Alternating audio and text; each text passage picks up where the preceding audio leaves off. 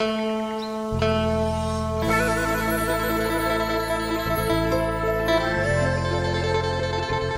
งวอนกราบขอร้องให้พ่อแม่พี่น้องไปเบิ่งหมอลำจูงลูกจูงหลานไปแต่หัวค่ำไปเบิ่งหมอลำน้ำกันเด้อแฟนวันที่8มีนาคม2568นี่หมอลำเสียงวิหกนกพงศกรสิทำการแสดงที่วัดบ้านนานวลตำบลจานแสนไส้อำเภอห้วยทับทันจังหวัดศรีสะเกษพ่อกับพระเอกนางเอกดาวตลกหางเครื่องด้านหนาวไปที่กว่า300ชีวิต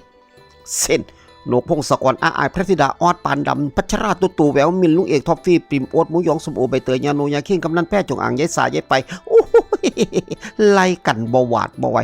หลายคักอย่าลืมอย่าพลาดวันที่8มีนาคม2568นี่พบกันที่วัดบ้านนานวลตำบลจานแสนไส้อำเภอห้วยทับทันจังหวัดศรีสะเกษม่วนและสนุกแน่นอน